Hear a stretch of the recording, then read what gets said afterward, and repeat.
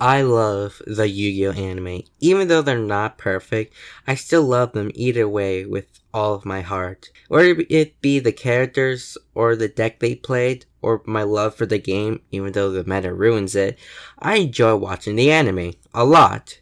But I'm not here to review them. It's not like I can review them anyways.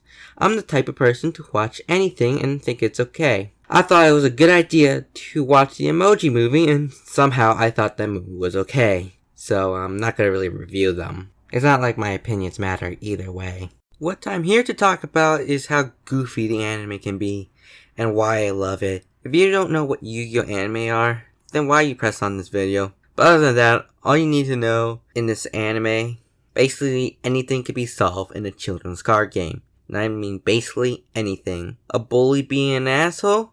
You just gotta duel. A thief robbing thing? You just gotta duel. An interdimensional war conflict is happening? You just got to duel. The embodiment of darkness trying to destroy the world? You just got to duel it. These are things that actually happen in the anime. I'm not making this shit up. Seriously, if there's a problem in the world of Yu-Gi-Oh, usually the solution is to duel the problem. I wonder how they deal with global warming, or more importantly, how therapy sessions go. Can you imagine?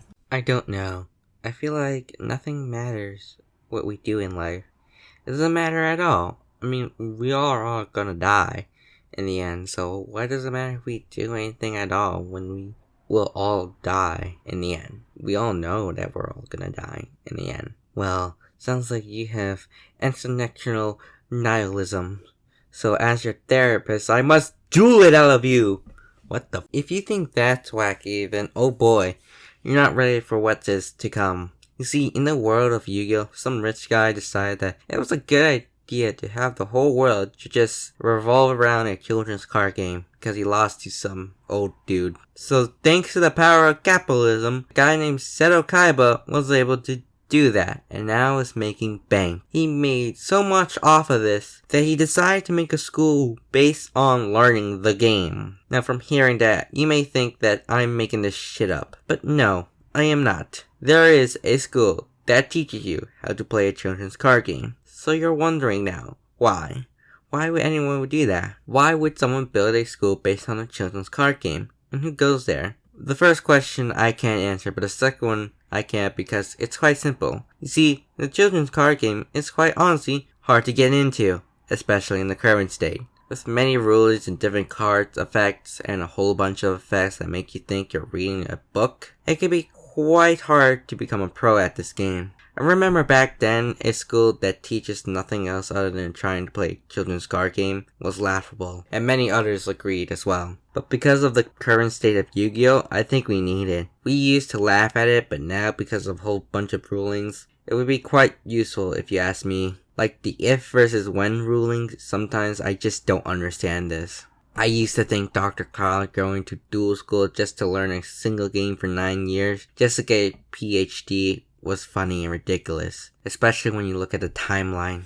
Yu-Gi-Oh! GX is set 10 years later after Duel Monsters, meaning a year after the event of Duel Monster, he decided to try to get a PhD in dueling during a time when Duel Monsters was just getting popular. It makes you wonder what happened during the year after Duel Monsters, you know? But now, I just have respect for the guy for learning the game, and for all of its ruling. But I still have questions. Like, if Duel Academy was a real thing, what would it be teaching? Alright students, tell me now, what do we do when we're facing a full negate board? You use Forbidden Droplet or Dark Ruling no more? Correct. Now tell me, what do you do when you're facing a Mystic Mind player? You grab the card and rip it. Also correct. Now the reason why I'm talking about this is because I want to talk about my favorite anime of the Yu-Gi-Oh series. That being Yu-Gi-Oh! Arc V. Well actually it's Yu-Gi-Oh! Link Reigns. But I want to talk about Yu-Gi-Oh! Arc V because how goofy the concept is. I mean, Link Reigns' concept is also goofy, with the whole AI versus human being settled on a children's card game on hoverboard. Actually, the AI versus human thing isn't too far off now and then.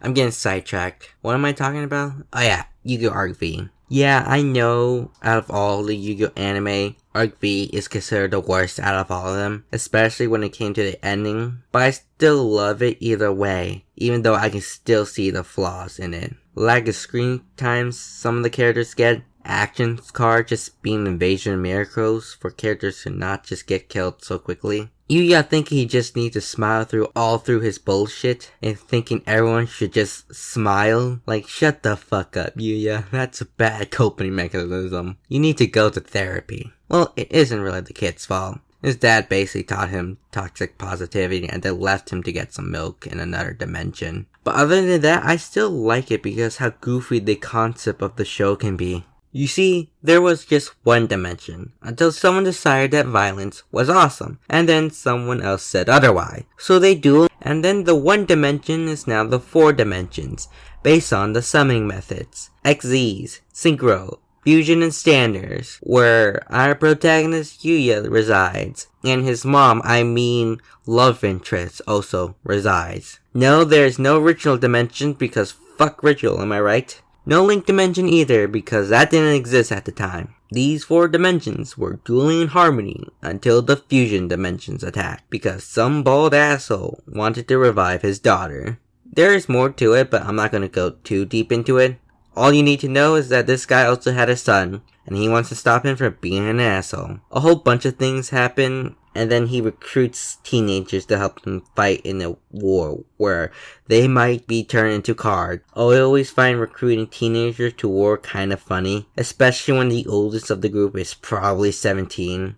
I always find it funny that Declan, or Rachie if you watch the sub, literally tells the public that these people are going to fight an entire academy of war criminals, and they have no problem with it. Like, yeah, we're totally fine with this, and cool that a bunch of teenagers are going to fight a war with a bunch of war criminals, where they might be turned into cards for all of eternity. There's nothing wrong with this at all. Now, the Lancers themselves are fine. They have a pretty good team. Like, they have duelists with pretty good decks. Like, there's a ninja that jumped off a moving motorcycle, ran on the walls, and then jumped back on the motorcycle. Like, that's really awesome. But then again, some of them just suck. Like, Yuya uses the worst performer palette cards of his archetype, and he relies on action cards too much. But Silvio, like, if you were to ask me who I think is the weakest out of all the Lancer, I would say it would be Silvio. Out of the 19 duels he was in, Silvio has won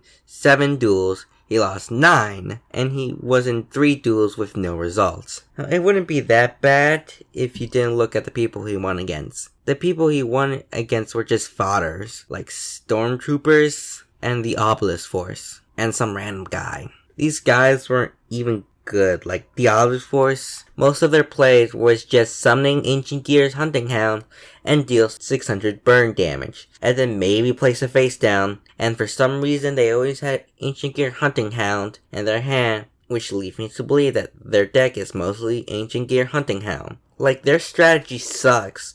How did the XZ's dimension get invaded by these bozos? Just play non-fusion area. Besides these little nitpicks, other problems in the show, like the Synchro arc and the last 2 villains, like seriously, Leo was a bitch. He has 2 duels. The first